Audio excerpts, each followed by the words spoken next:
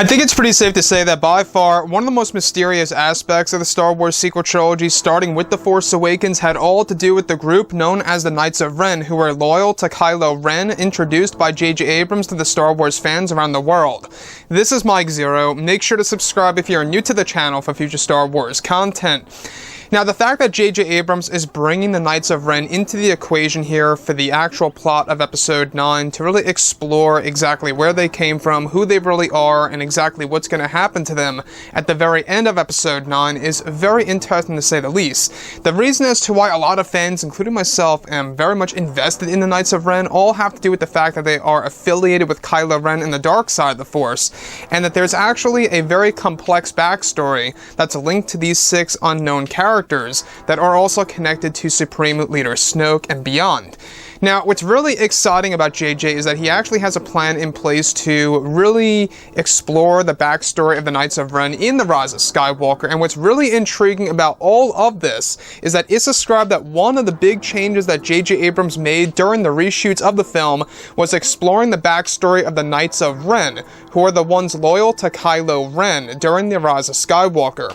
It's explained that JJ Abrams wanted to explore the past of how the Knights of Ren were created and their origins, where it's explained that in the upcoming film, that at some point in time during Rey's travels to the Land of the Forbidden, which holds great Sith knowledge as well as secrets of the dark side, is that here she learns about the origins of the Knights of Ren, starting with a large statue of Kylo Ren, who is said to be the creator of the group known as the Knights of Ren, based during the Old Republic era.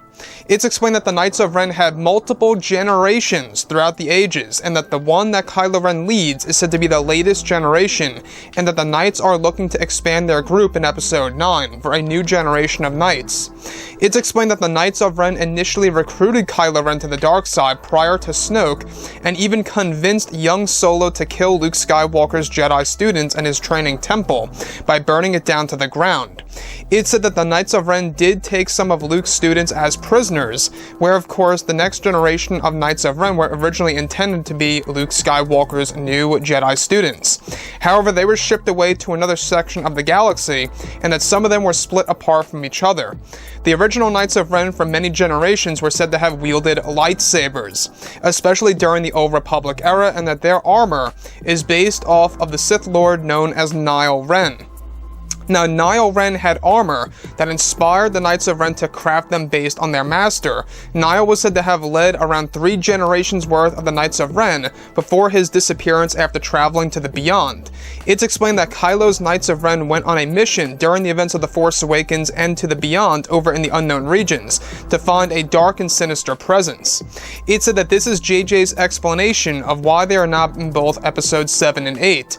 While in the unknown regions, the Knights of Ren learned about their previous generations and how they wielded lightsabers and were very powerful through the ways of the Force, and that at least one of the Knights of Ren that Kylo Ren leads is said to be a descendant of one of the Dark Acolytes in hiding near the world of Exegol.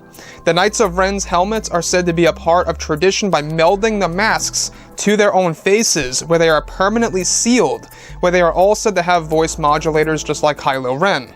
It's described that toward the end of the film, Kylo's Knights are said to battle Ren on the world of Exegol outside of Palpatine's throne room, after learning the truth of what Kylo did to Supreme Leader Snoke, who was the apprentice of Kylo Ren after all, and that this is revealed to the Knights of Ren by Palpatine, which Palpatine uses them to fight Ren as a test.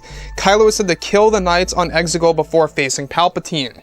The original Knights of Ren who lived during the Old Republic era were said to have been one of 3 generations that used lightsaber blades, and that Kylo Ren's Knights of Ren don't use sabers except for one of them, who is affiliated with the Acolytes of the Beyond. This is described to be the lead Knight of Ren known as Kylo Ren. It's explained that at one point in time, the Knights fought both Luke and Ben Solo before Ben turned to the dark side, and that this is how Ben Solo first met the Knights of Ren. One of them and their tactics to turn Ben was by offering Ben Solo Darth Vader's broken lightsaber, once Ben Solo became obsessed with his own grandfather, Darth Vader. It's explained that the Knights of Ren stole the Vader relic from the Acolytes of the Beyond, along with Vader's charred armor as well. However, it's explained that when Kylo destroyed Luke's temple and burned it down to the ground, the Knights of Ren went inside of Skywalker's burning temple because of their armor, and stole Vader's melted helmet, and that Luke was actually the one who took the helmet from the forest moon of Endor during the events of Episode 6 as a reminder of his father turning to the dark side.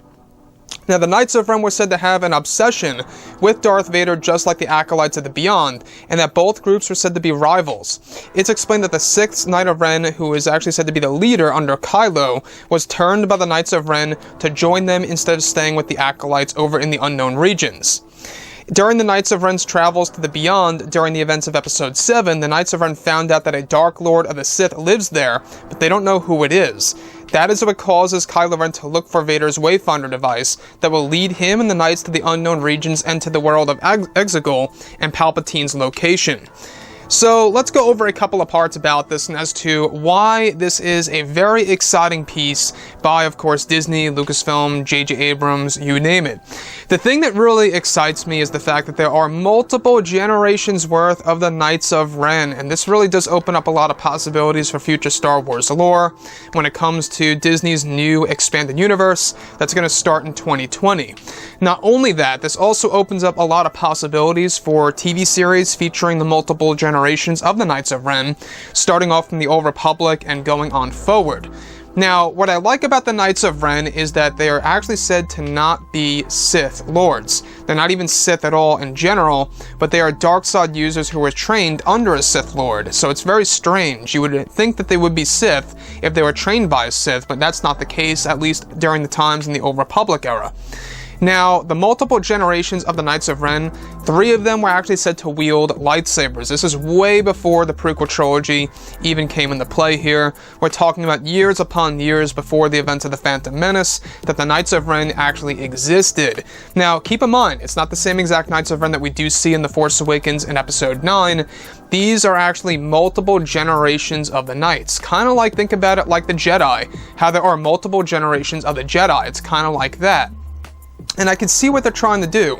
It seems like that Disney and Lucasfilm are trying to create their own dark side version of the Jedi that are not Sith and or the Jedi themselves. They're trying to create a different type of thing for, of course, the Disney Star Wars universe. And after all, we do know that Disney wants to take Star Wars in a different direction, and they really want to recraft the Old Republic and make it a little bit more different than how it was done in the video games and how it was done in the cutscenes from the Old Republic video games and Knights of the Old Republic, you name it. So, with that being said, the other piece that I do want to go over that I think a lot of fans are going to find to be very intriguing is the fact that the Knights of Ren were actually over in the unknown regions during the events of Episodes 7 and 8, explaining as to why they are not present in those movies.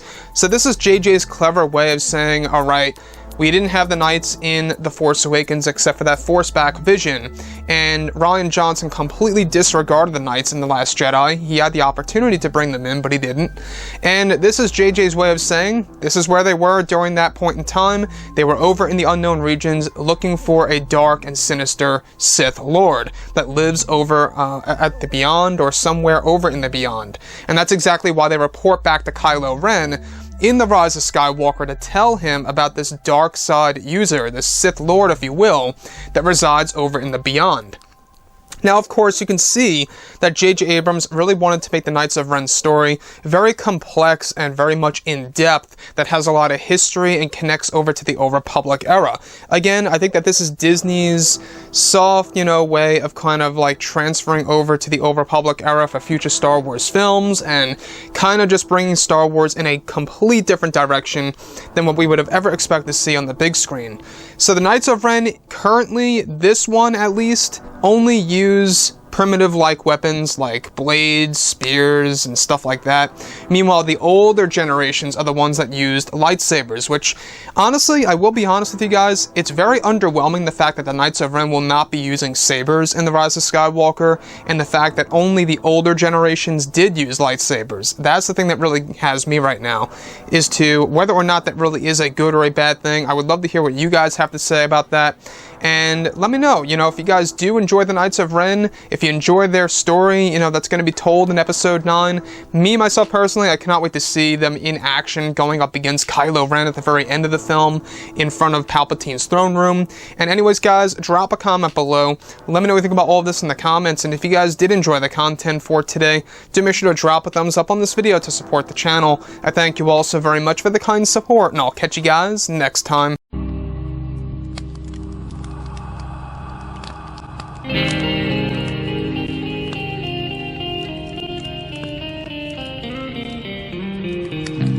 Gun in hand, we are alone again. No, I am not the one from night to moon.